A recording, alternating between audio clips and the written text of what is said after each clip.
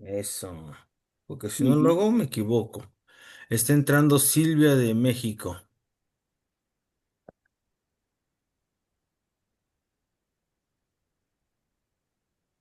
Bien, entonces, si están viendo las diapositivas, podemos comenzar, ¿sale? Sí, por mi Ok. parte, sí. Bien, aquí está el punto. El último apartado de la Lumen Gentium, que es el capítulo octavo, después de haber tratado la santidad, como lo vimos en la sesión pasada de todos los miembros de la iglesia, dedica un apartado especial a la santidad de la Santísima Virgen María. Eh, ¿Qué pasa aquí?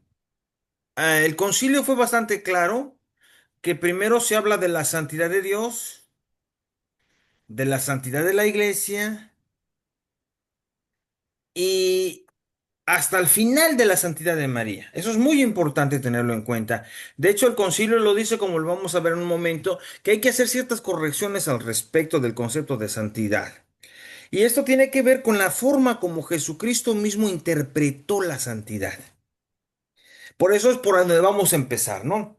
Yo les digo que la santidad de Dios, que es la santidad de la iglesia, pasa por la interpretación de la santidad que hace Jesucristo. En otros términos, nosotros como cristianos no entendemos la santidad como lo entienden los purépechas, que no está mal que lo hayan entendido como lo hayan entendido, o como lo entendieron los judíos, que es el pueblo de la antigua alianza, o como lo entendieron otros pueblos. La santidad en Jesucristo se entiende de una manera totalmente nueva. Y esa es la santidad que la iglesia tiene o debe de tener. Bien, entonces, por eso, voy a empezar a la cosa por el principio, el presupuesto. Santo solo Dios, ¿no? Kadosh se dice en el hebreo. Kadosh se dice en el hebreo. En el Antiguo Testamento, Dios es santo. Su nombre incluso no se pronuncia, es el innombrable, el impronunciable. Porque de tal manera es santo, perfecto, lejano, que lo que digamos no se aproxima a él. Por eso, esta idea de es un ser único, perfecto, diferente, es una idea muy marcada en el Antiguo Testamento y sobre todo la idea de que está separado, de que está separado, que Él no es como los demás, es otro. Por eso, esa perfección absoluta hace que Dios, que es justo, puro, sin mancha, sea totalmente diferente al hombre. Por eso el hombre en la tradición hebrea no puede ni siquiera pronunciar el nombre de Dios, el innombrable. No se puede.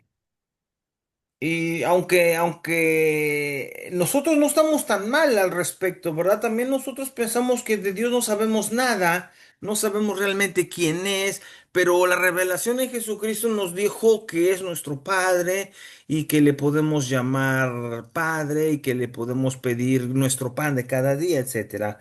La relación con Dios en el Antiguo Testamento era totalmente la relación con el Yahvé Sebaot, el Dios de los ejércitos, del cual su nombre no se pronuncia porque es totalmente diferente a nosotros, y que si después a esto unimos el pensamiento greco-latino que también heredamos nosotros, Dios es así como un motor inmóvil fuera del universo. Dios está fuera del universo, fuera del mundo. Es un Zeus en el Olimpo, decían los griegos, que maneja la tierra, pero él está fuera de la tierra. Y esta noción, pues, esta noción que muchas culturas las tienen, el Antiguo Testamento la maneja muy claramente. Por eso, la diferencia fundamental y que hace que haya una separación es que no es del mundo, no es de los creados, no es un ser creado.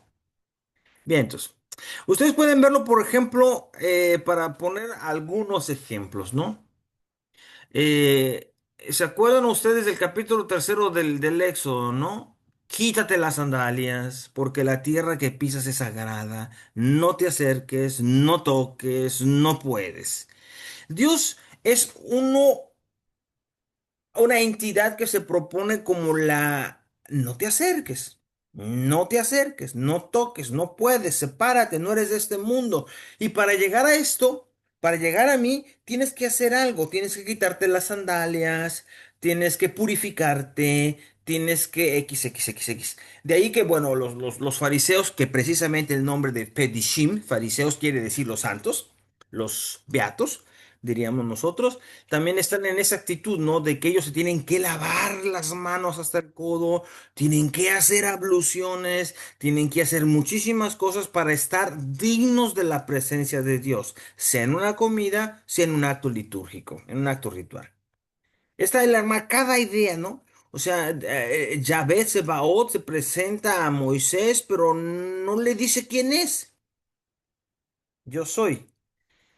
Y está alejado y pide que el que se acerque se quite las sandalias porque el lugar que pisa es sagrado, etcétera. ¿Ven? Toda esta idea de la separación, de no tocar, de no acercarte, que si se dan cuenta, de alguna manera todavía en algunas personas de corte católico queda mucho esa idea.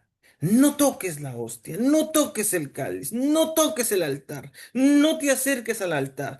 Esto como si fuera como mágico, ¿no? Como una cosa santa, sagrada, que no hay que tocar, que no somos dignos. Esta idea que es muy religiosa realmente, pero que como vamos a ver, que Jesucristo no la compartió para nada.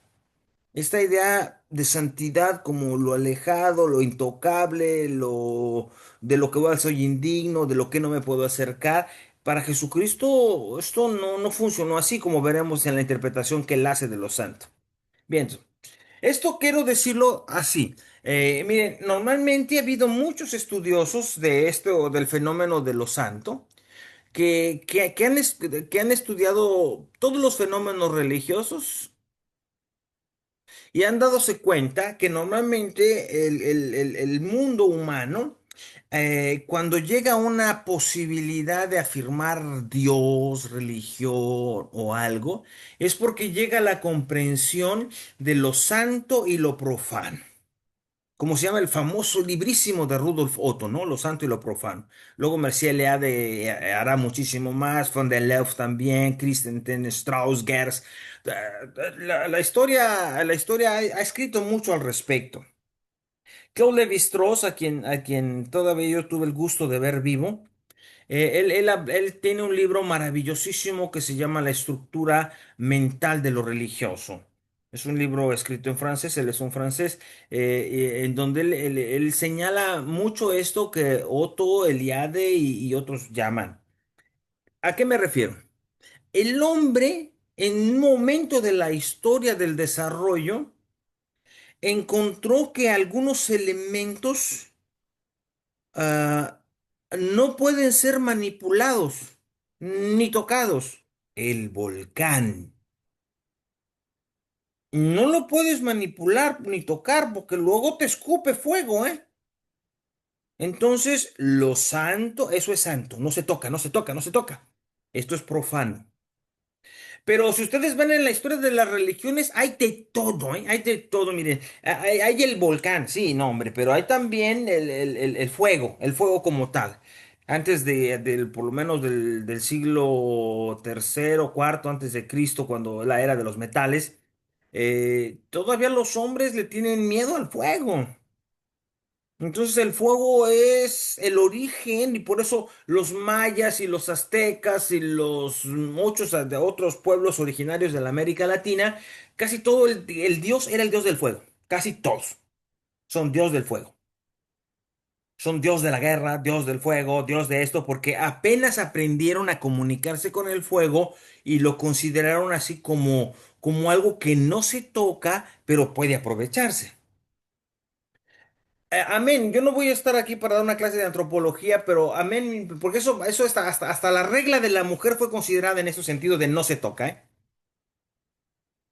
De no se toca, es sagrado, es esto, de donde la prostitución sagrada de la Grecia de los siglos cuarto, quinto antes de Cristo, de donde otras modificaciones de lo sagrado. Hay cosas que no se tocan, que son santas, que no deben de ser profanadas. Entonces, el mundo se divide en dos, lo santo y lo profano.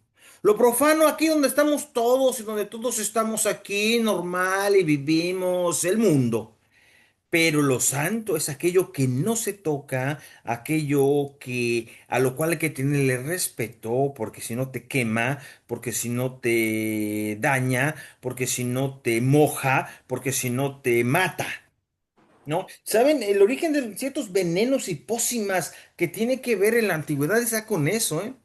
Hasta mucho después, cuando los hombres intentaron manejar las pócimas y aprendieron, yo pienso el caso en Alemania de Hildegard de Bingen y de muchos otros que aprendieron a manipular las hierbas en beneficio de los seres humanos, pues ya las pudieron tocar. Y dijeron, no, no, no, no solo no se tocan, al contrario, te sirven. Tócalas, tócalas, hazte un tecito de esto y te curas, hazte un tecito de aquello y te cura. Claro, porque los hombres aprendían a error, ¿no? A intento error. Los hombres aprendíamos, no conocíamos qué pasaba si agarrabas esa hierba. Y el día que la agarraste te salió urticaria en la piel. Uy, uy, entonces esa hierba es sagrada, no la toques, ¿no? O un día te agarras otra hierba y no sabías que se hace un té muy bueno con ella que te quita el dolor de estómago, ¿no? Y así como, perdón la comparación, pero se fijan que los perros así se curan. Los perros que estarían en una etapa de la evolución diferente son así, ¿eh? Esos se van al cerro y andan probando las hierbas a ver cuál las cura. Y tan es así que se curan ellos. Sí, porque están en esa etapa como lo estuvimos nosotros, como lo estamos todos en un momento de la historia, entre se puede, no se puede, se toca, no se toca, se daña, no hace daño. Esa es la etapa fundamental de la división que el cerebro humano desarrolló hace muchos miles de años dividiendo lo santo y lo profano. Así como también en ese momento los hebreos lo hicieron. También los hebreos dijeron, no, Yahvé es santo. No se pronuncia su nombre. Se tiene que quitar las sandalias unos, por eso la idea de las sandalias, ¿no? Tiene que andar uno limpio de las manos para acercarse a Yahvé, etcétera, etcétera. Bien. Esta fenomenología de las religiones, pues, deja más o menos claro que lo que leemos en la Biblia es un fenómeno que no sucede solo con el pueblo de Israel, sucede en realidad con muchas culturas, con casi diríamos con todas las culturas. Merced Eliade y Rudolf Otto, que han hecho estos estudios sobre la fenomenología de las religiones y que llegaron a esa conclusión, ¿verdad? O sea, llegó un momento en que el cerebro humano llegó a la comprensión de que hay cosas que se tocan y cosas que no se tocan, cosas que no se deben de tocar y cosas que se deben de tocar. Y lo llamaron lo santo y lo profano, lo sagrado y lo profano. Bien. Por eso la palabra misma, kadosh, que habíamos pensado hace rato, que es la palabra santo, el verbo kadosh, consagrar, santificar, es considerar algo como santo, es ser sagrado, ser consagrado, ser santo, consagrado, limpiar, reservar, ser contaminado. Esta idea de reservación es la que importa aquí, ¿eh? O sea, y van al capítulo número 1 del Génesis. De todos los árboles del jardín puedes comer, pero de uno no. Ese está reservado, ese no lo toques. ¿Ven? Es este mecanismo. O el mecanismo de todos los días de la semana puedes trabajar. Pero el sábado está reservado a Yahvé para que no trabajes. Reservado a Dios, es el día consagrado al Señor. Todos los días demás trabajas, pero ese día está consagrado a Yahvé. No debes de trabajar. ¿Ven? De entre todos los días, un día está reservado. De entre todas las cosas, los árboles, las plantas, las cucarachas, las abejas, lo que sea, esa no la toques, ese animal no se toca. Hay animales consagrados. Entre todas las cosas del mundo que hay, puedes tocarlas, pero no toques la hostia, no la toques, porque si tú no eres padre con las manos consagradas, no las puedes tocar. ¿Ven? Como la base es la misma finalmente, finalmente. Entre todas las cosas, lugares de la tierra, no, en este lugar. Pórtate bien porque se llama templo. Allí no se puede uno portar mal. Allí no se puede uno vestir como se puede todo el mundo. No se puede andar uno vistiendo mal porque allí está Dios. ¿Ven? El hombre tiene este mecanismo de reservación, de no manchar, de no contaminar algún espacio, algún día y viene el caso, alguna persona. Todas las personas del mundo son tocables menos las de Dios. No toques a los curas, no toques al brujo, no toques Sí, eso es de todas las culturas. El judeocristianismo la ha desarrollado al punto máximo, diríamos nosotros. Pero esto de que Dios se reserva un lugar, Dios se reserva unas cosas y Dios se reserva unas personas, es la idea fundamental de lo sagrado y lo profano, que existe en todas las culturas, no nada más en el judio-cristianismo. Esto existe en todas las culturas. Hombres intocables, cosas intocables, animales intocables, días intocables, porque son separados para Dios. Bien, entonces, bueno, ¿qué pensó Jesús de eso? Yo le llamo hermenéutica jesuológica, para no decir de cristológica, porque Jesús no sabía que era Cristo. De Jesús, hablamos de Jesús. De entrada, el punto de partida es que Jesús no propuso una religión, como ya lo sabemos, ya lo he dicho miles de veces. Jesús no concibió lo que él hacía como una situación religiosa. Él vivió mucho tiempo, conoció muy bien la religión del judaísmo y estuvo en contra de ella. Y si hubiera estado en México, también hubiera estado en contra de las de los mexicanos. Y si hubiera estado en otra parte, también hubiera estado en contra de ellos. En general, el mecanismo de la religión no fue algo que compartiera Jesús de Nazaret. No lo compartió. Porque este mecanismo de yo le doy a Dios y Él me da, yo hago algo para que Dios me regrese o para que esté contento conmigo, ese mecanismo no le gustó. Yo ya lo he hablado muchas veces. O sea, en el cristianismo no existe la base religiosa del mito, del tótem y del tabú. No hay un tótem. Dios no es un tótem alejado del mundo. Dios es un padre que antes de que le pidas algo ya sabe que lo necesitas, dice Jesús.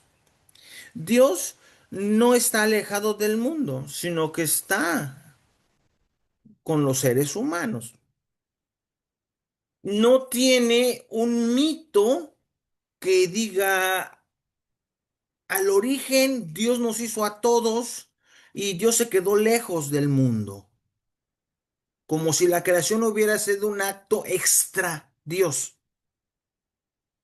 Y tampoco existe un tabú. O sea, tampoco le voy a bailar uno, dos, tres pasos a la derecha, uno, dos, tres pasos a la izquierda para que llueva. No tengo el ritual exacto. No hay un ritual exacto. Jesús no les dio un ritual. Ya los rituales vinieron después por nuestras ganas de volver a ser religiosos, ¿verdad? Pero en general, Jesús, cuando ustedes oren, díganle, Padre nuestro que estás en el cielo, santificado sea. Es lo más que podemos decir que Jesús dijo de un ritual, si es que eso se llama ritual, si es que eso se llama ritual. Pero esto, o sea, Jesús de entrada no convivió con la religión y no propuso una religión. Eso está clarísimo. Y ya esto lo he mencionado algunas veces, pero esto está dicho desde hace muchos años, ¿eh? Yo estoy repitiendo una cosa que yo oí cuando era chiquito. O sea, esto yo creo que por lo menos en los años 50 todavía no nacía yo. Ya el teólogo alemán Karl Rahner y algunos otros ya habían hablado de esto hace mucho tiempo, del cristianismo como la superación de la religión. Y eso que Hegel, que era también alemán, había dicho que el cristianismo era la plenitud de la religión. Y otros, también de la corriente alemana, dijeron, no solo es la plenitud, la superación, o sea, es la negación de la religión, porque el cristianismo no se promueve como una religión. Amén se ha dicho de todos los grandes filósofos y teólogos que han existido después. Yo pienso sobre todo en Bátimo actualmente y en Enrique Rorty, estos grandes. Enrique Rorty, que escribió precisamente el cristianismo como la superación de la religión, se llamó el artículo, que ahora es un libro. Y Gianni Bátimo, que escribió hace, que serán unos 10 años, tal vez poco más, 15 años tal vez ya, ya somos viejos. Hace sí, como un poquito más, yo estaba en París en ese tiempo, entonces aquí tengo 11 12 sí, ya como 15 años. Este señor Gianni Vattimo escribió hacia un cristianismo no religioso, que es una obra magnífica, que todo el mundo que quisiera estar al tanto de lo que significa la superación de la religión por el cristianismo debería de leer. Bien, entonces aquí está. Jesucristo no, de entrada, no estuvo de acuerdo con el sistema religioso y lo vio siempre, según los evangelios, como una forma de manipular a Dios. Y eso es lo que justamente no quiso. Entonces, aquí pasa una cosa. Si se dan cuenta, uno de los mecanismos más interiores a la religión está en el sistema ético, moral. Me voy a portar bien para que Dios no me castigue.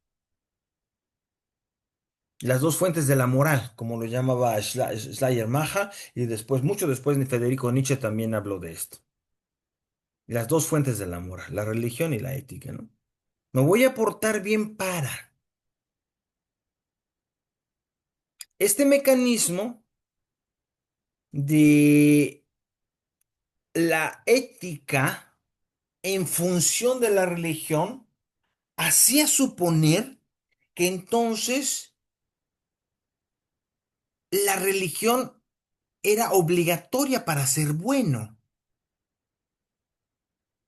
La ética está supeditada a la religión. Pero después de que Immanuel Kant y muchos filósofos y teólogos de los siglos, 2 siglos pasados, empezaron a hablar de esto y se dieron cuenta realmente que se podía ser éticamente bueno, es más correcto, y no creer en Dios. Y eso es lo que tenemos actualmente, ¿no? Eso es lo que hemos cosechado. Tenemos seres humanos que no son malos, al contrario, son mucho más éticos y mucho más correctos y mucho más misericordiosos con los pobres que los que creen en Dios, que los que creen en Dios. Claro, aquí estaba el punto, aquí está el punto, porque Jesucristo creó esa inflexión. Créanmelo, el primer ser humano que desplazó a Dios por la ética fue Jesucristo. El primer ser humano que enseñó y vivió los valores de la bondad para los seres humanos, la ética, independientemente de que Dios exista o no exista, creas o no creas, fue Jesucristo. Miren, estamos ante un punto tope en la actualidad. Este punto tope, yo tengo una conferencia en el Instituto Católico de París en estos días y por eso estoy todo contento porque la estoy preparando y tiene que ver con esto. Es que el punto tope está en que si hablamos de secularización, Jesús fue el primero. El cristianismo vehicula la secularización. No porque no cree en Dios, sino porque no necesita a Dios para resolver sus problemas. Para resolver sus problemas los resuelve. No se trata de no creer en Dios, eso es otro problema. Y ese es el punto, ¿no? O sea, una iglesia o un grupo que comenzó siendo, como Jesús le dijo, que dejemos a Dios tranquilo y organicemos nuestros problemas entre nosotros, se llegó de un planteamiento cristiano a un problema ya más allá del cristianismo. Una cosa es la secularización y otra cosa es el secularismo, ¿eh? O sea, Jesús se planteó en la idea que estoy diciendo de que antes que otra cosa está tu hermano. De ahí en más, que Dios, sí, sí, sí, ok, está bien, creemos todos en Dios, si no lo creemos, si no entendemos igual o diferente, es otro asunto. Pero lo que está clarísimo es que para hacer el bien a los demás, no tengo que tener una justificación religiosa. Immanuel Kant lo decía muy bien, ¿eh? Hace muchos, 1815, la crítica de la razón estética. Es que si yo hago el bien con la intención de irme al infierno o al cielo, pues no es una actitud pura. El deber por el deber, el bien por el bien. No se busca hacer el bien por ganar algo. Y eso es una actitud de Jesús desde el principio, ¿eh? No hay que olvidar que a estos todos que les llamaron ateos y lo que sea, fueron primero cristianos convencidos, y más no se diga Immanuel Kant. Immanuel Kant no solo fue un cristiano convencido, sino que además era puritano de la Baja Alemania, de lo que en ese momento ni Alemania existía, era Prusia, ¿no? Entonces, claro, que si repasamos unas partes del Evangelio, vamos a aclararnos esto. Les propongo algunos textos para aclararnos esto. ¿Se acuerdan el capítulo 5 que tienen que leerlo? O sea, el capítulo 5 y el capítulo 6 son una joya de la literatura y que nunca se lee por partes. El problema es que la mayor parte de la gente la oye una parte en un domingo, otra parte en otro domingo, otra parte en otro domingo y nunca se dan el gusto de leerlo junto. Pero este capítulo, algunos considerados, yo mismo lo considero la nueva ley, el nuevo decálogo, el nuevo mandamiento. Jesús empieza diciendo cosas muy elementales como esta, ¿no? Si traes tu ofrenda al altar y allí te acuerdas que tu hermano tiene algo en contra tuya, deja tu ofrenda delante del altar y anda, reconcíliate primero con tu hermano y entonces ven y presenta tu ofrenda. ¿Qué dice esto? Que si quieres llegar a Dios, primero arréglate con tu hermano. O sea, si quieres religión, primero la ética, primero la moral. Si quieres llegar a Dios, primero la ética, primero la moral. Y no me vengas con cuentos de que tú estás muy bien con Dios cuando desprecias a medio planeta. No me vengas con el cuento de que tú amas a Dios y que Dios y los milagros y todo lo que quieran, cuando no eres capaz ni siquiera de organizarte con tus hermanos que tienes al lado. Y que sin conocerlos los detestas. Eso es lo peor, ¿eh? Sin conocerlos, los detestas. Eso no cabe en la cabeza de un cristiano. Por eso, Jesús es muy tácito. Antes de que vayas a la ofrenda con Dios, primero arréglate con tu hermano. Bien, entonces, siguiente texto, que es la nueva ley del amor, que hasta me di el gusto de ponerlas en griego para que vean, porque como esto para mí es fundamental, si ustedes se dan cuenta, es lo que sigue luego de lo que hablé, es el mismo capítulo 5. No he venido a abolir la ley ni los profetas, sino a darle su cumplimiento. ¿Eh? Abolir la ley y los profetas. Así se llama el Antiguo Testamento en hebreo, ¿eh? La ley y los profetas. Tekaná, Torah, Ketubim. La ley, los 5 libros primeros del Antiguo Testamento, Génesis, Éxodo, Levítico, Número, Deuteronomio y luego los profetas. Eso es lo que constituía la ley para los antiguos. Esa es la palabra de Dios. Pero Jesús dice, yo no la vengo a abolir, yo le vengo a dar cumplimiento. Y aquí el problema es que a veces no lo entendemos porque lo que está diciendo es cumplir, es darle plenitud, ¿eh? Cumplir. Es un poco el problema que tenemos cuando decimos yo cumplí años. No, no empecé años, cumplí años. Yo cumplí años quiere decir acabé de terminar unos años. Voy a empezar otros. Cumplir, terminar, llevar a cabo, desarrollar. Eso es lo que dice. Yo vengo no a abolirla, pero sino a darle el cumplimiento, que se haga como se tiene que hacer. Y luego viene el texto. Si su justicia no es mayor que la de los escribas y fariseos, no entrará en el reino de los cielos. Comparando los escribas y los fariseos. O sea, Jesús va a comenzar a darles la nueva ley, que serán las bienaventuranzas y todo eso, ¿no? Que viene allí adelante. Esa nueva ley es una ley que es más que lo que hacen los escribas y los fariseos, que son los que tienen la ley y los profetas. Los escribas y los fariseos, en el tiempo de Jesús, son los encargados de que la ley y los profetas se apliquen. Ellos mismos se decían fariseos como forma de decir los piadosos, los que sí cumplen la ley. La palabra más o menos peristín, fariseo, eso es lo que traduce, los cumplidores de la ley. Por eso para ellos era muy importante la ley. Y por eso andaban detrás de Jesús, porque Jesús se volaba la ley. Se volaba los 10 mandamientos, se volaba la ley y los profetas, entonces andaban atrás de él. Y Jesús hace la comparación. Si su justicia no dice si su santidad, no dice si su amor, dice si su justicia no es mayor. ¿Ve cómo se mueve en el campo de la ética, en el campo de la moral? Si su justicia no es mayor que la de los escribas y los fariseos, no entrarán en el reino de los cielos. Y luego viene lo más hermosísimo que tiene el Evangelio, que son las palabras que por testimonio múltiple y por atestación múltiple y por explicación necesaria, que son los criterios de interpretación de los textos bíblicos con los cuales podemos saber qué palabras sí pudieron haber sido dichas por Jesús. Esto yo lo dije en el curso de Cristología, para los que no, no lo saben, recuérdenlo, ¿no? Se llama atestación múltiple y explicación necesaria a una palabra, a un dicho que dices tú, no lo pudo haber dicho ningún otro. ¿Por qué? Porque una, está en varias partes dicho por el mismo personaje. Dos, si no lo dijo él, en el tiempo y en el contexto no había quien lo hubiera dicho. Y tercero, además habla en contra de él.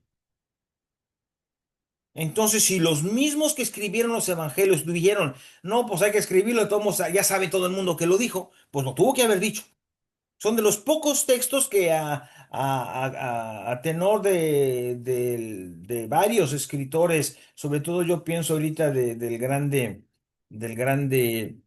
Schnakenburg, aquí en Alemania, pero de muchos otros que se han dedicado a estudiar las mismísimas palabras de Jesús, tratando de encontrar qué fue lo que originalmente sí pudo haber dicho él, que se hayan colado las palabras a pesar de que no estaban bien, de que eran en contra de la primera comunidad y en contra de Jesús. Y son estas, unas de estas son estas, ¿eh? Ustedes saben que las otras son reino de Dios y Padre, pero aquí está esta, ¿no? Heusate hoti hese tois orjanois. Han oído que se les dijo a los antepasados. Y viene la primera, no matarás. La segunda, no adulterarás. No jurarás. Eso es lo que se ha dicho a los antepasados.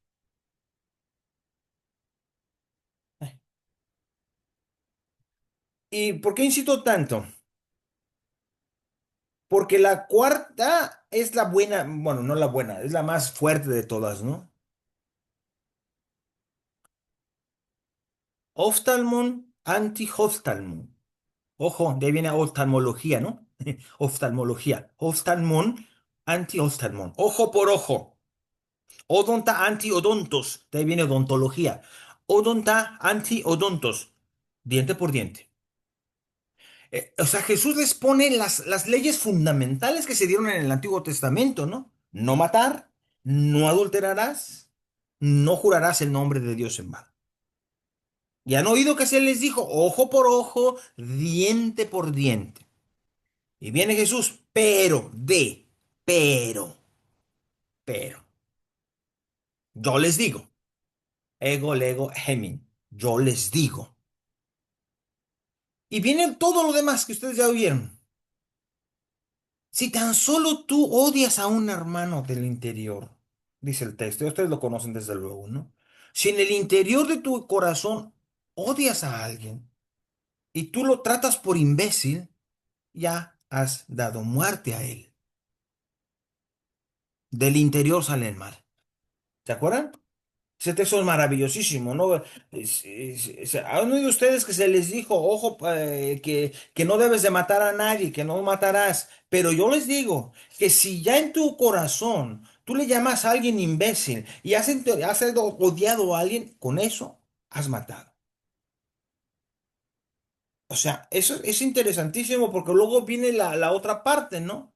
También, es que se dijo no adulterarás, pero yo te digo que si desde el interior de tu corazón tú ves con malos ojos a una mujer, ya cometiste adulterio. La primacía de la interioridad. ¿Ven? ¿Ven la ética? Es la primacía de la interioridad. Deja que diga Dios, hombre. Eso no lo dice Dios. Deja que diga Dios lo que quiera. Esto es aquí, entre nosotros. Y luego, no jurarás en balde. Mira, ¿por qué? Y lo dice el texto, ¿no? Ustedes conocen perfectamente ese capítulo, si no, ahí tienen su Biblia, ábranla. En ese capítulo 5 hacia el final casi, es cuando Jesús lo dice claramente también, ¿no? Mira, es que tú no puedes hacer ni blanco uno de tus solos cabellos. O sea, mejor di sí cuando es sí, no cuando es no. No jures, porque la película no se ha terminado, diría yo, ¿no? No, no somos capaces de saber. Por eso no puedes juzgar, porque no puedes decirle a Dios, voy a hacer esto, porque en realidad no sabes si mañana vas a estar vivo, para empezar. Le juro que voy a ir al santuario. Ajá, pues primeramente Dios que estés vivo, hijo, ¿eh? Porque no sabemos si estés vivo, no sabemos si caerá una bomba, no sabemos si el santuario está abierto, etcétera, etcétera. Entonces, ahí está la cuestión. Y lo último que es lo más importante, ustedes dijeron ojo por ojo, diente por diente, yo les digo, amen a sus enemigos, amen a sus enemigos. Caminen con el que les pide 10 pasos, 20 pasos. Al que te pide, dale. Y así sea tu enemigo, ámalo. Aunque el otro sea malo, es hijo de Dios. Y dice el texto famosísimo, brillantísimo texto, que hace salir el sol sobre buenos y malos. Razón. ¿Por qué hay que ser así? Porque el asunto es ético, no es religioso. Es un gemeis teleioi hos hopater imon. Sean perfectos como vuestro Padre Celestial. La razón es esa, ¿eh? La razón de amar a los enemigos, la razón de que es el interior el que mata, la razón de que el interior es el que tiene el mal y que si tú no haces las cosas desde el interior, tú estás matando, tú estás deseando la mujer de tu prójimo, tú estás jurando a lo tonto, tú no estás perdonando a tu hermano, es porque tú no eres perfecto como Dios es perfecto. La razón es interesante. Se trata de ser perfectos. ¿Por qué digo que es interesante? Porque miren, la mayor parte de las personas considera que el pecado es algo malo. No, el pecado es algo bueno, pero puede ser mejor. Sí, sí, sí, las personas no tienen por qué pensar que son malas. Tienen que pensar que pueden ser mejores, pero que se quedaron en la mediocridad. Les pongo el ejemplo más simple, o sea, padre, fíjese que no vivo con mi esposa, no tengo esposa y me acuesto con esta señora. Ok, mira, no está mal, pero puede estar mejor si lo haces bien. ¿Entienden? La conversión no es del mal al bien, es del bien a lo mejor. La mediocridad es el pecado. Ser perfectos como Dios. Esa es la tendencia que Jesús propone, ser perfectos como Dios. Todo acto de mediocridad es un acto de pecado. Aunque no seamos muy malos, no somos buenos. Pero eso no quiere decir que seamos totalmente malos. Pero podemos ser más perfectos. Esa es la idea de Jesús. La idea de la ética en Jesús es esa. La perfección proviene de Dios. Dios es el perfecto. Pero nosotros podemos ser perfectos, ¿eh? Hablando de la santidad. Nosotros podemos ser tan santos como Él. Jesús lo propone. No a la mediocridad, pues. Por eso, el capítulo 6 viene la consecuencia. Cuando tú hagas el bien, no lo presumas. Capítulo 6 lo que viene, ¿no? Cuando tú hagas un ayuno, perfúmate la cabeza, lávate la cara para que nadie se dé cuenta que estés ayunando. Tu Padre, que ve lo secreto, te recompensará.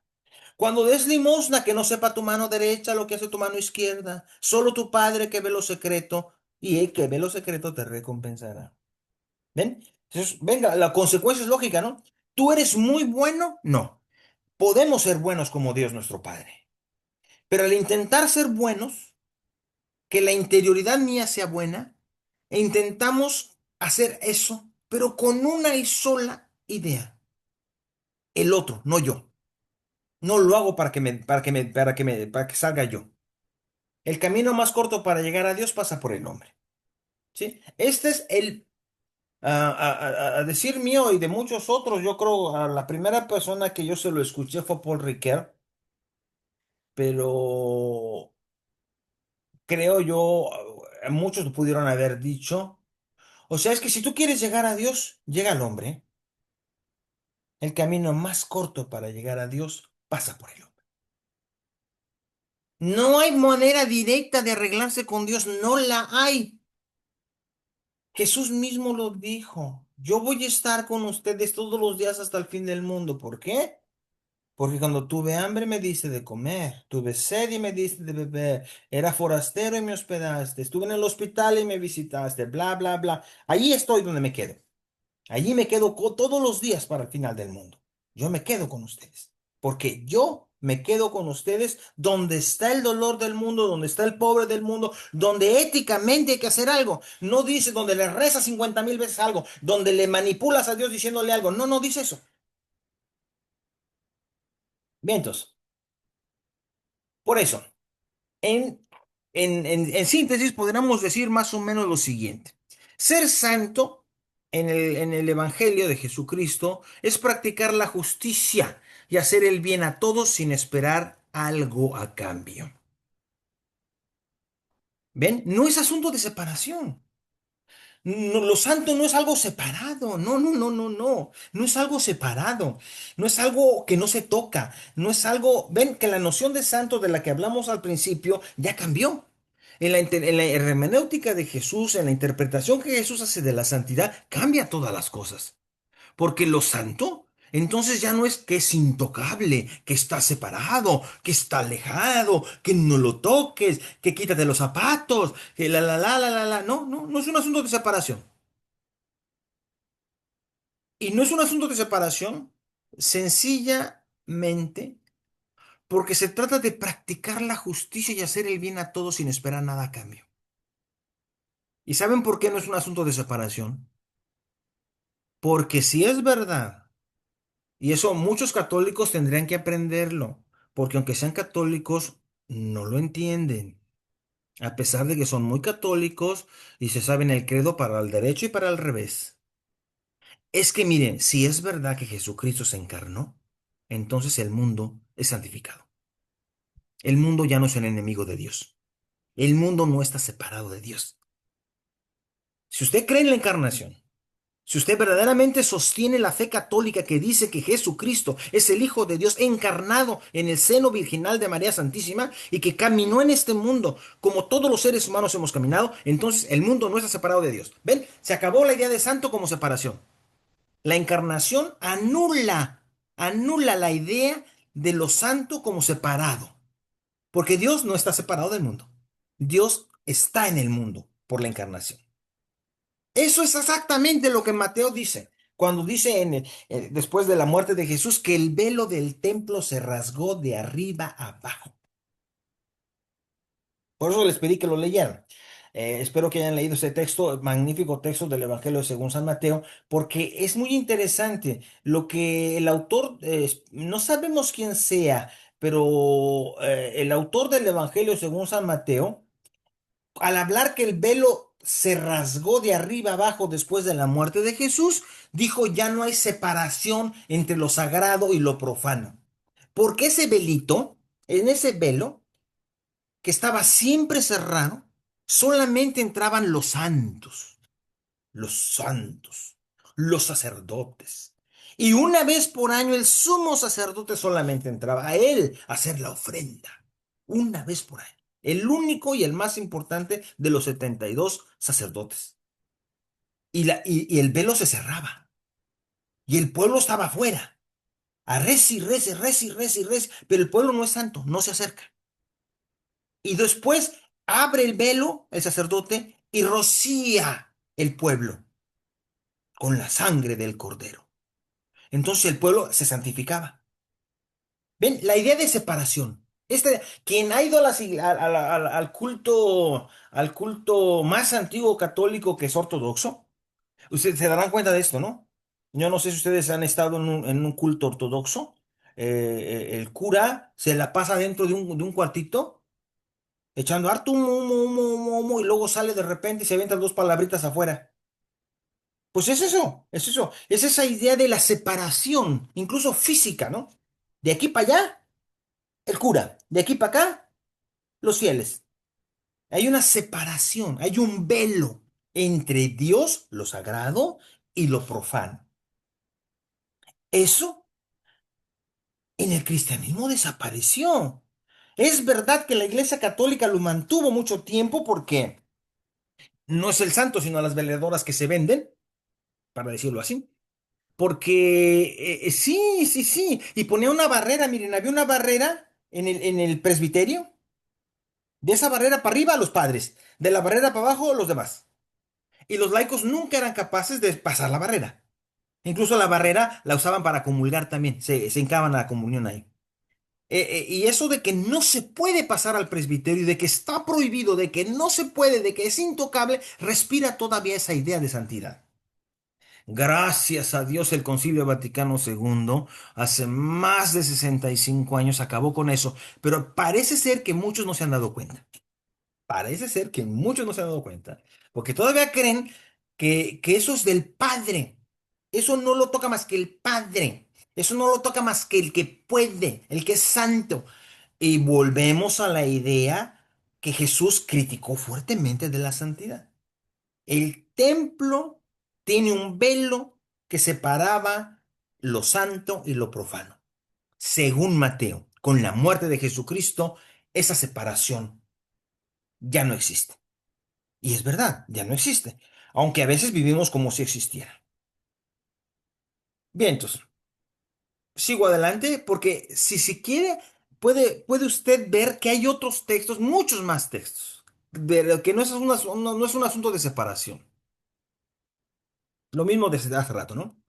El mundo ha cambiado según la categoría. Por eso, cuando uno dice mundo, hay que aprender a leerlo. Recuerden, cuando en la Biblia dicen mundo, no están diciendo planeta, no conocían esa idea. Mundo como mundano, como malo, como separado de Dios, quedó totalmente cambiado después de Jesucristo. Por eso, atención, ¿eh? Atención. El espíritu del mundo, el espíritu de Dios. Bueno, puede haber problema entre el espíritu de Dios y el espíritu del mundo, pero no están separados. Miren, yo veía a Satanás caer del cielo como un rayo. Es exactamente eso que dice San Lucas. Esa separación de donde ya no hay una serpiente, Satanás, que esté en medio provocando problemas. Eso, eso, que hizo introducir el pecado en el mundo, Jesús lo echó abajo. Vi a Satanás caer del cielo como un rayo. Miren, justamente una sola observación lingüística que vale la pena, simboleo, diaboleo. Son dos verbos que se utilizan para decir unir y separar. Simboleo, diaboleo. Unir y separar. De donde viene la palabra símbolo, diabolo. Simboleo, lo que une, unir. Diabolo, lo que separa. Ven, hasta en esto está a punto. No sé, yo nunca he pensado, a lo mejor Jesucristo lo sabía, no lo sé, pero lo que yo sí sé es que Jesucristo sabía que el hombre no está separado de Dios, símboleo, está unido, es símbolo de Dios, está unido a Dios, no está separado. Y lo que separa a Dios del hombre es diabolo, diabolo. Por eso habría que pensar qué es lo que somos nosotros, ¿eh? Si con nuestra vida nosotros somos un símbolo, no signo, un símbolo, una unidad con Dios, o somos un diablo, una desunión con Dios. Bien, entonces, miren, la iglesia, para decirlo así un poco, bueno, casi rápido, la iglesia, esto que Jesús vivió, lo fue masticando durante mucho tiempo y lo conservó, ¿eh? Por eso, fuera de los evangelios, hay escritos que siguen manejando esta idea y que no me voy a enfocar a las cartas paulinas, pero me voy a enfocar a las cartas que se llaman católicas, Hebreos, Pedro, Santiago, lo que se llaman las cartas católicas, que son, vamos a decir, las cartas que ya fueron más o menos organizadas después de Pablo del pensamiento de lo que los cristianos empezaron a creer en católico. Y empezaron a ser fieles a la memoria de Jesús. Y si ustedes leen la carta a los Hebreos, que es un texto hermosísimo, no tenemos un sumo sacerdote incapaz de compadecerse de nuestras debilidades. No tenemos sacerdote incapaz de compadecerse de nuestras debilidades, sino uno probado igual que nosotros. Porque todos somos sacerdotes, se escoge siempre entre los hombres y se le establece para que los represente ante Dios y ofrezca dones y sacrificios por los pecados. Es capaz de ser indulgente con los ignorantes y extraviados porque Él también la debilidad lo cerca. ¿Por qué Jesucristo es sacerdote según la carta a los Hebreos? ¿Por qué Jesucristo es sacerdote? ¿Por qué Jesucristo es sacerdote? Porque, si se dan cuenta ustedes, Jesucristo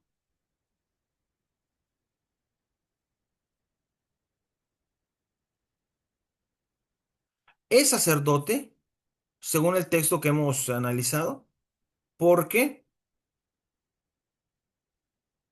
Él mismo ha sido débil y ha sido probado en la debilidad.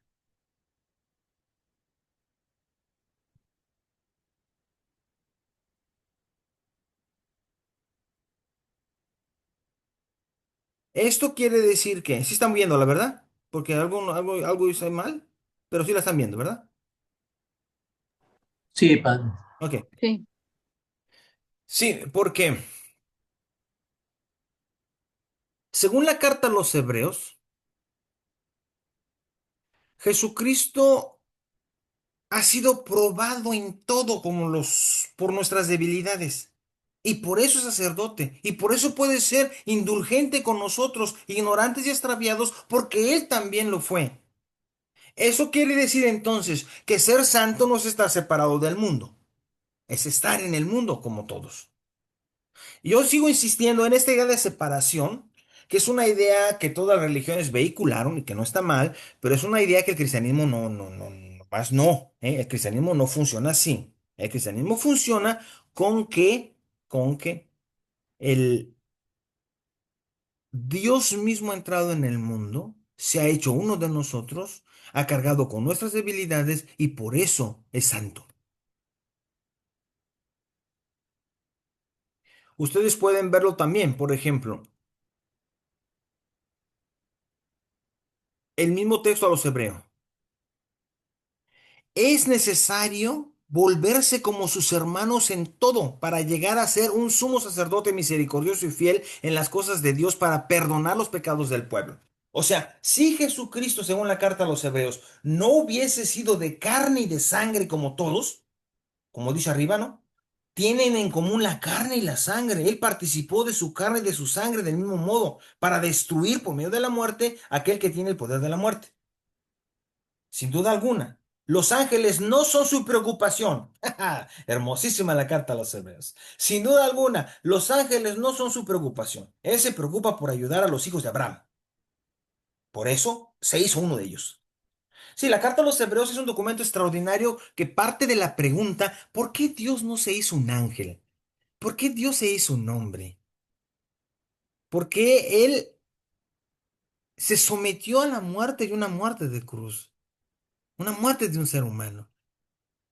Y es todo un himno. La carta a los hebreos es un documento que valdría un curso completo de solo la carta a los hebreos, ¿eh? Ser santo no es estar fuera del mundo, ni separado de él. Sí, ahí hay que arreglar las nociones que tenemos a veces de santidad, ¿eh? Se ve inmediatamente por qué. Porque a veces, insisto, volvemos con la noción de santidad de estar separado, ser diferente, ser raro o lo que sea. Somos santos porque Jesucristo nos ha hecho como Él. La primera carta de Pedro, que ya es del año 90, es un documento valiosísimo, ¿eh? En el verso 15 del capítulo 1. Si es santo el que los llamó, también ustedes han de ser santos. En toda su conducta, según dice en la Escritura, serán santos porque yo soy santo. Siguiendo lo que dice Jesús. El Padre que invocan no hace diferencias entre personas, sino que juzga a cada uno según sus obras. Tomen pues en serio estos años que viven fuera de la patria. Están en el exilio. No olviden que han sido rescatados de la vida vacía que aprendieron de sus padres, pero no con rescate material de oro y plata, sino con la sangre preciosa de Cristo el Cordero sin mancha ni defecto. Esto para llegar a decir lo siguiente. Se han acercado al que es la piedra viva, rechazada por los hombres, y que sin embargo es preciosa para Dios que la escogió. Ustedes como piedras vivas, edifiquen y pasen a ser un templo espiritual, una comunidad santa de sacerdotes que ofrecen sacrificios espirituales agradables a Dios por medio de Cristo Jesús. ¿Ve? La iglesia es santa, quiere decir eso. Nosotros somos piedras vivas que formamos un edificio espiritual. Dejen que sea gótico, barroco, lo que sea. Esas son piedras físicas. Esas son piedras. Nosotros somos piedras espirituales que ensamblamos un edificio nuevo, en donde lo que ofrecemos nosotros es nuestra vida. Eso es un sacrificio espiritual. No andamos ofreciendo sacrificios para chantajear a Dios, ni haciendo cosas raras, diferentes a los demás. Bien, el último capítulo de la Lumen Gentium, con la cual cerramos hoy, se refiere a la bienaventurada Virgen María, Madre de Dios, en el misterio de Cristo y de la Iglesia. Es muy interesante que después de tratar qué es la Iglesia, el ser de la Iglesia, templo, cuerpo y pueblo, ¿no?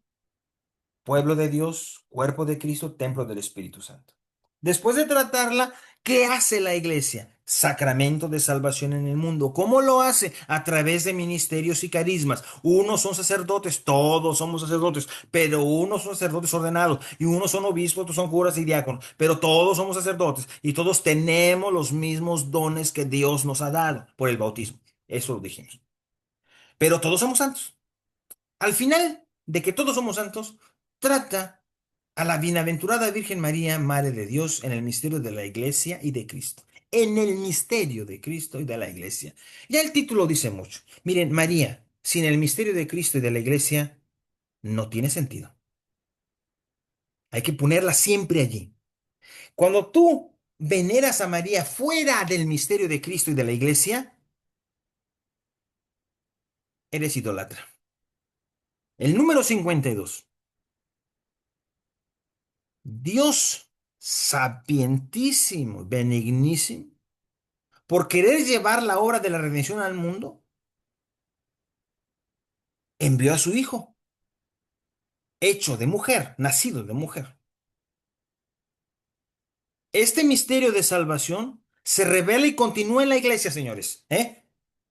Este misterio de salvación se revela y se continúa en la iglesia, a la que el Señor constituyó como su cuerpo, y en ella los fieles unidos a Cristo, su cabeza, en comunión con sus santos, deben también venerar la memoria, en primer lugar, de la gloriosa siempre Virgen María. Pero escúcheme la jerarquía. Es Dios envía a su Hijo, la iglesia es el testimonio y la iglesia venera a la Virgen María. Atención, porque en la historia de la iglesia se han intercambiado las cosas muchas veces, ¿eh? Lamentablemente, muchas veces se han intercambiado las cosas. Y han puesto a la iglesia después de María. Han hecho así, Dios, Cristo, la Virgen, la iglesia. Pero parece ser que hemos olvidado que la iglesia es santa. Ya lo hemos dicho, ya lo analizamos hasta el copete. No será ahorita, aquí y ahora, pero es santa. Y también la Virgen, sí, pero es miembro de la iglesia. Atención, la Virgen es miembro de la iglesia. Atención, es miembro del proyecto de Dios en Jesucristo. Dios en Jesucristo creó un nuevo pueblo, una nueva oportunidad de salvación, un nuevo Adán con una nueva Eva. Esa es la iglesia. Allí dentro de la iglesia está la Virgen y todos los santos que quieran. Cuando esto no se articula así, se da la historia de confusiones y devociones. Historia de confusiones y devociones. Por ejemplo, el mismo concilio dice que su intención es aclarar el oficio de la Santísima Virgen María en la economía de la salvación. Aclarar. Eso es lo que está tratando de hacer el concilio en el capítulo octavo, ¿verdad? Del documento que estamos analizando, la Lumen Gentium. Aclarar el oficio de la Santísima Virgen María en la economía de la salvación. La Santísima Virgen María no tiene oficio que no esté dentro de la economía de la salvación. Madre del Mesías del Antiguo Testamento. Luego dice María de la Anunciación. Si tienen ahí su texto, sáquenlo. Porque es interesante cómo por la misma estructura del texto dice Santísima Virgen María y el niño Jesús. O sea, los primeros años. Y luego viene María en el misterio público de Jesús. Y luego viene la Santísima Virgen María después de la ascensión de Jesús. Donde viene la famosa frase de que María permaneció con los apóstoles en oración antes de Pentecostés. Y luego viene el grande apartado, la Santísima Virgen María y la Iglesia. María es esclava del Señor en la obra de la redención y de la santificación. Después viene maternidad espiritual de María. Atención, el concilio dice maternidad espiritual. La Santísima Virgen María, predestinada desde la eternidad como Madre de Dios junto con la encarnación del Verbo de Dios por decisión de la divina providencia, fue en la tierra la excelsa Madre del Divino Redentor, la compañera más generosa de todas y la humilde esclava del Señor, concibiendo a Cristo, engendrándolo, alimentándolo, presentándolo al Padre como templos, sufriendo con su Hijo que moría en la cruz, colaboró de manera totalmente singular en la obra de Salvador por su fe, esperanza y ardiente amor, para restablecer la vida sobrenatural de los hombres. Por esta razón es nuestra Madre en el orden de la gracia. A cualquier protestante que les pregunte por qué dicen que ustedes María es su madre, contéstenle con ese número. Contéstenlo con ese número. La obra de la gracia del nuevo pueblo de Dios, del nuevo cuerpo de Cristo que es la iglesia. Bueno, se los voy a decir más fácil. Así como María fue temporalmente madre del cuerpo de Cristo físicamente, que pesaba 60, 70, 80 kilos, no sé cuánto, ese cuerpo, que no sabemos dónde está, ahora el nuevo cuerpo que es la iglesia, ocupa el lugar de ese cuerpo. Entonces María es madre de la iglesia. Como es madre de Jesús, madre de la iglesia, que es el nuevo cuerpo de Jesús. Espero que más o menos esté claro. María es madre mediadora después, dice. Por eso dice al final, ninguna criatura puede ser puesta nunca en el mismo orden con el Verbo encarnado y redentor. Atención, ni María. Pero así como el sacerdocio de Cristo participan de diversa manera tanto los ministros como el pueblo creyente, y así como la única bondad de Dios se difunde realmente en las criaturas de distintas maneras, así también la única mediación del Redentor no excluye, sino que suscita en las criaturas una colaboración diversa que participan de la misma fuente. ¿Ven? O sea, el concilio es más que evidente. Así como nadie puede estar en el lugar de la mediación de Cristo, que es el único Salvador, nadie más salva. Así como de Cristo participamos todos de su sacerdocio, así también todos podemos participar de su capacidad de intercesión. María y todos, ¿eh? María y todos. No nomás María, todos. Por eso María es virgen y madre de la iglesia.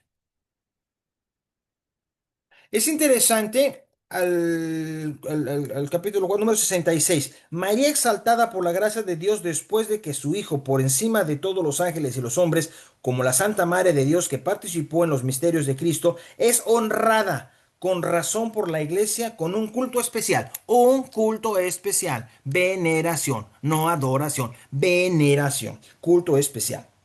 Y en efecto, desde los tiempos más antiguos se venera a la Santísima Virgen María con el título de Madre de Dios, bajo cuya protección se escogen los fieles suplicantes en todos los peligros y accidentes. Desde entonces, sobre todo desde el Concilio de Éfeso, el 352, el culto del pueblo de Dios hacia María ha crecido admirablemente en veneración y amor, en oración e imitación, según las palabras proféticas. Bien, entonces. ¿A qué quiero llegar con esto? Quiero llegar a que se dan cuenta, María forma parte del misterio de la economía de salvación, como formas parte tú, como formo parte yo. Todos los que hemos sido asumidos al cuerpo de Cristo por su muerte y que hemos sido añadidos a su vida por el bautismo, formamos parte de la economía de la salvación. Cada quien a su manera. Unos como sacerdotes ordenados, otros como sacerdotes no ordenados, pero sacerdotes al fin, y unos como santos de una forma, otros santos de otra forma. Bueno, aquí va, unos como santos de la Virgen María, otros como santos de otros. Pero es muy importante que entienda esto. No es un título único, todos. Ahora, ¿dónde está la veneración especial que el concilio habla? Que como ustedes lo oyeron, y si no, vuelvan a leer ahí, está en el número 66. Esta veneración especial reside en que hay una veneración muy antigua en donde la Santísima Virgen María, por ser la madre de Cristo, es madre de la iglesia. Y miren, vamos a quitarnos una telaraña de encima. Estoy alargando, estoy terminando, ¿eh? Una telaraña de encima.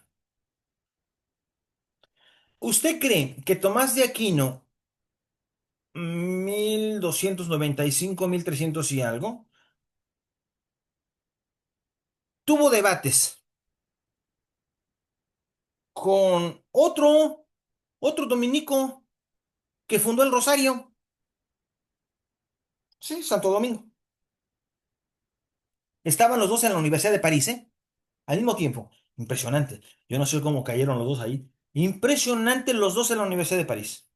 No, pero también estaban otros filósofos muy importantes, Morbeke, y Avicenna, Averroes, todos esos árabes estaban fuertes ahí. La Universidad de París fue un ejemplo de universidad, de universitas de todo el mundo. Todos árabes, griegos, todos estaban allí.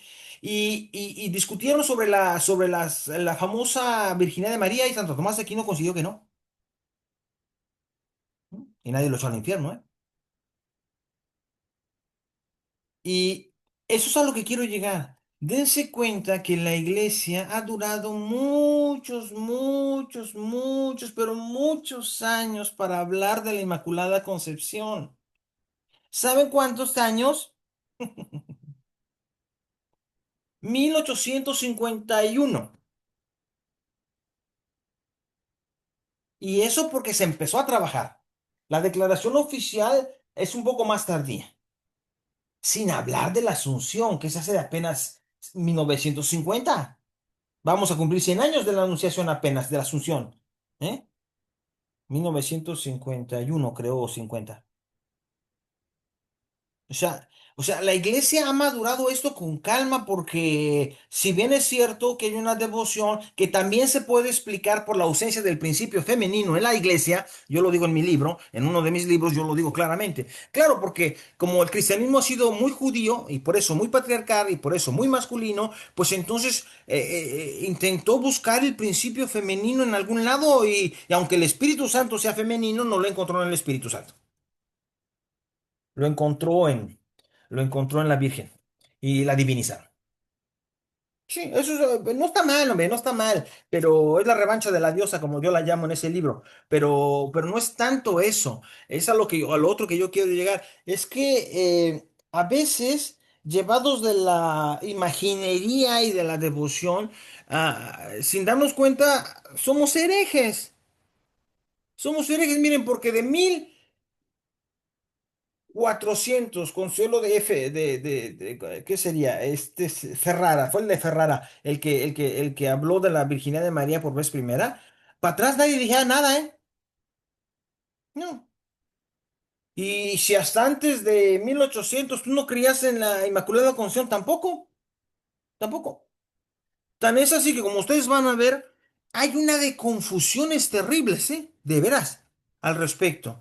Y esta es una de las más grandes confusiones que ustedes leyeron seguramente. Uno de su linaje aplastará la cabeza, mientras tú intentarás morder su talón. Mire, si le hubieran preguntado ustedes por ejemplo, a Rafaelo, si le hubieras preguntado a este mismo, que según entiendo yo, es el que hizo este cuadro es...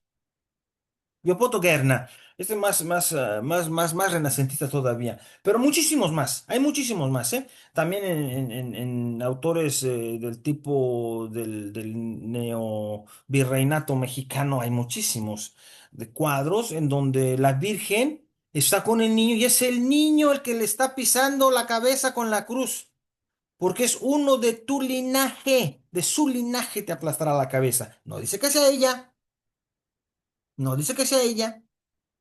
Pero claro, la imaginería ha repartido por todas partes esto. O sea, si usted va al texto, si usted va al texto del Génesis con atención, se dará cuenta que no dice que ella vaya a ser. Dice que uno de su linaje, claro, de una mujer nacería Jesús y Jesús sería el que acabaría con el demonio. Vi a Satán caer de lo alto. Es uno de su linaje. Es Jesús. Es Jesús quien lo hace.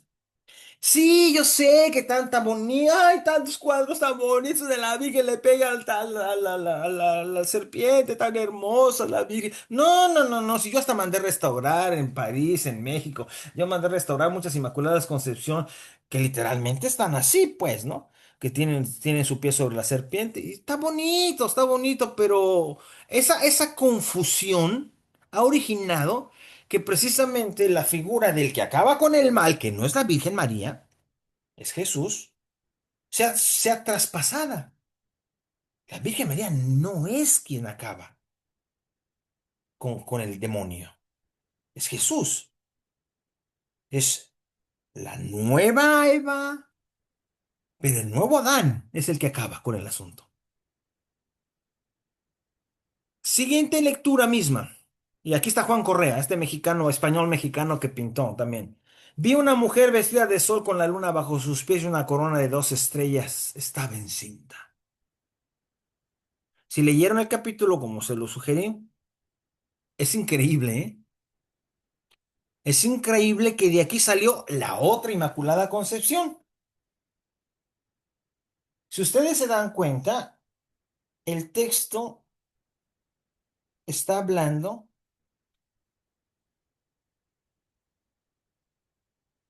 vamos al texto. Que acabo, ya los mareé, pero ahorita los acabo de marear. Un gran signo apareció en el cielo. Una mujer. ¿La iglesia es mujer? Vestida del sol, con la luna bajo sus pies y una corona de 2 estrellas sobre su cabeza. ¿12 tribus de Israel? Está encinta. Claro, están haciendo la iglesia. Y grita con dolores de parto y con el tormento de dar a luz. Y apareció otro signo en el cielo, un gran dragón rojo, con 7 cabezas. Ah, 7 cabezas, como el de Daniel y el de y los otros monstruos que se hablaban en Daniel y en las otras profecías del Antiguo Testamento. Bien. Sí, y 10 cuernos sobre sus cabezas, 7 diademas, otra vez 7. Su cola arrastra la tercera parte de las estrellas del cielo. Sí, claro. ¿Sabían lo que estaba haciendo el Imperio Romano en ese tiempo? Eso, exactamente, arrastrando todo lo que podía. La mujer que iba a dar a luz se detuvo ante la mujer que iba a dar a luz para devorar a su hijo en cuanto naciera. La mujer dio a luz un hijo varón, el que ha de regir a todas las naciones con carro de hierro, y su hijo fue arrebatado hasta Dios y hasta su trono. Y la mujer huyó al desierto, donde tiene un lugar preparado por Dios por ser allí alimentada 1270 años.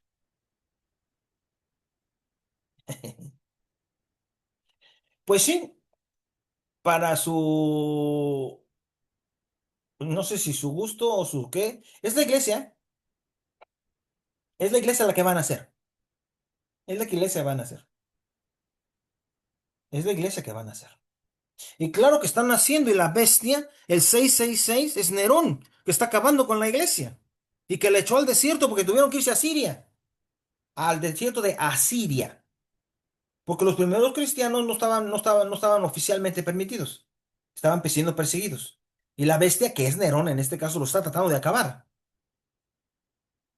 Y claro, por analogía y simbolismo se le puede poner a la Virgen también, sí. Luego viene la figura del ángel, ¿no? Del ángel, del ángel que salva, ¿no? Miguel, que se pelea con el demonio. Y luego entonces viene toda la otra asunto del ángel que defiende la iglesia, y por eso es muy conocido en la iglesia católica la devoción de los San Miguelitos, porque defiende a la iglesia. ¿Eh? No a la María, defiende a la iglesia. Sí, claro, porque de alguna manera estaban tratando de encontrar una forma de buscar solución a una existencia que no era real todavía. La iglesia se estaba formando, estaba a punto de nacer, estaba en el vientre aún. Y el dragón 666, que no quiere a la iglesia, la quiere comer, la quiere terminar. Por eso, ustedes ven el cuadro de Correa, la imagen de la iglesia tiene alas. Y en muchas otras que ustedes ven, yo creo que también la de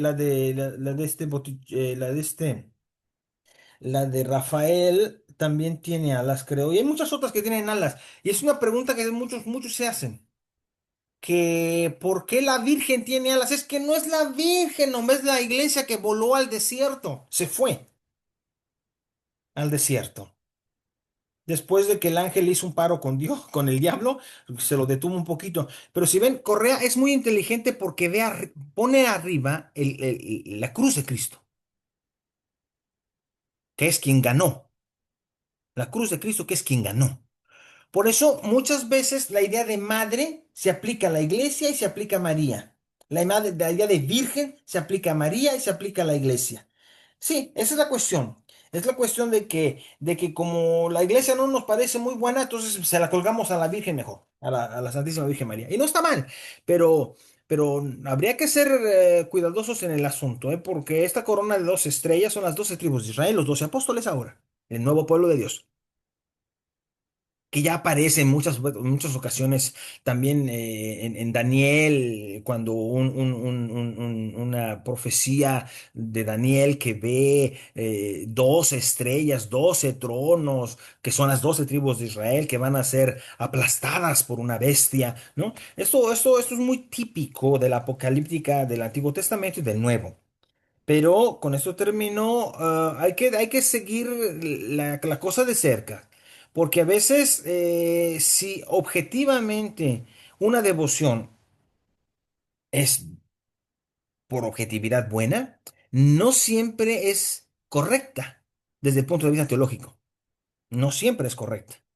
Por eso entonces, bueno, habría que ver cómo hacer que las devociones sean correctas, que las devociones sean teológicamente correctas y no hablen cosas que realmente no existen. Vientos, alegata, porque si se trata de resumir, resumo así, para terminar. La santidad no es lejana, ¿eh? Pero la vemos así, lejana santidad. Pero quedamos que la iglesia es de todos, todos son santos, que no es un asunto de distancia. Ay, padre, usted que está más cerca de Dios, no es un asunto de distancia, es un asunto de vida normal. El Papa lo dice, están a la puerta de al lado, en su famosa Exúltete, ¿no? Goza, iglesia, en la famosa carta pastoral que hizo, ¿no? ¿No? Los santos de la puerta de al lado. Los santos y los canonizados. Atención, una cosa es la santidad, otra cosa es la canonización. Porque hay muchos que son santos pero no están canonizados. Y hay muchos canonizados que tenemos dudas de que sean santos, ¿eh? Ahora, ¿para qué sirven los santos? No nomás sirven para estar pidiendo cosas, sirven como ejemplo también. Son ejemplo de vida.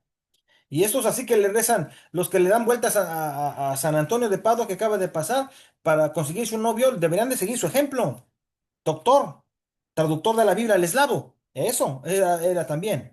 Era un hombre que habrá que aprenderle a seguirle su ejemplo, no más era un buscador de novias o novios. Hay santos cuya misión fue la de separar el mundo y la verdad. Hay otros cuya misión consiste en acercarnos. Eso lo dice San John Henry Newman de otro hombre que dijo lo siguiente. Yo no he de ser santo. Yo solo intento hacer grandes obras por el amor de Dios y a mis cercanos, y no conformarme con una bondad mediocre. Felipe Neri. San Felipe Neri, que es un hombre de los más normales del mundo que yo he conocido, que es santo, y que el Papa Juan Pablo II lo llamó el profeta de la alegría cristiana. Él precisamente vivió esta idea de no separar el mundo de lo bueno y de lo malo. Por eso fue amigo de Botticelli, de Raffaello, de Bernini. Cuando se estaba construyendo el Vaticano, él estaba allí y era amigo de todos ellos. Palestrina mismo, gracias a él, hizo el primer oratorio musical, ¿no? Palestrina. Y muchos otros que, Animocha, y muchos otros que eran del mundo del arte, de la cultura del mundo, vamos a decirlo, del mundo. Y él no los separó nunca pensando que estos son los buenos, son los malos, lo santo, lo profano, como empezamos hoy la clase, ¿no? Esta idea de mejor unirlos, no separarlos, no separarlos, sino unirlos. Esto es una cosa, pienso yo, que al fondo el cristianismo ha heredado. El Dios no está separado del mundo, no están peleados. Y no se trata de separarlos, porque es justamente lo contrario de lo que hizo Dios, enviando a su Hijo al mundo para que fuera uno de nosotros viviendo en el mundo. Ergo, este mundo está santificado por Dios porque Dios habita en él. Y más bien haríamos en ser conscientes de que Dios está en el mundo, de pensar que está fuera de él y que entonces nos desentendamos de su presencia. Ok. ¿Alguna cosa? ¿Crítica? ¿Genio? ¿Pleito? Oye, ¿tú qué tanto? No estoy. Dígame.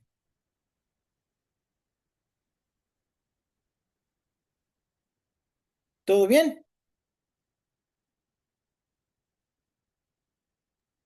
Muy bien. Ya hace calor.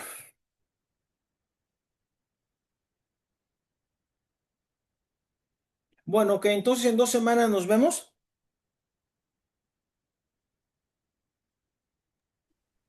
¿Qué es? Sería el 28. Ah, sí. ¿Es qué? 2 semanas sería. Pues no creo que el 28. 28 tiene tanto 28 de junio. compromiso, padre ¿Qué día es el Raúl. 28? Sábado. Ay, no puedo. Tengo un Sí. concierto de música latinoamericana, entonces ¿me lo cambian al que sigue? El 28 sería para el 5 de julio. Mejor, sí. Tampoco. Tampoco que hay 5 de julio. Avenlop. Ah, pero eso no me toca a mí. A usted le toca de 5 a 6 o de 6 a 7, ¿cómo era el San Fidelis? Ah, no, pero esos son los católicos que hacen eso, yo no. Usted. No, no, sí, vamos al segundo de junio, de julio. El Antes de 12 de que, julio. antes de que me vaya a México, sí. Para el 12, Ujú. ya. 12 de julio. Bueno, después del ensayo de la confirmación. Sí, eso no es todo el día. 12 de julio. Listo. Ok, que estén Porque muy el 13 bien. Curso teología. Ok. Cuídense mucho, que estén bien. Muchas Que gracias, disfruten padre. el sol. Hasta luego, gracias. Adiós. Bueno, chao.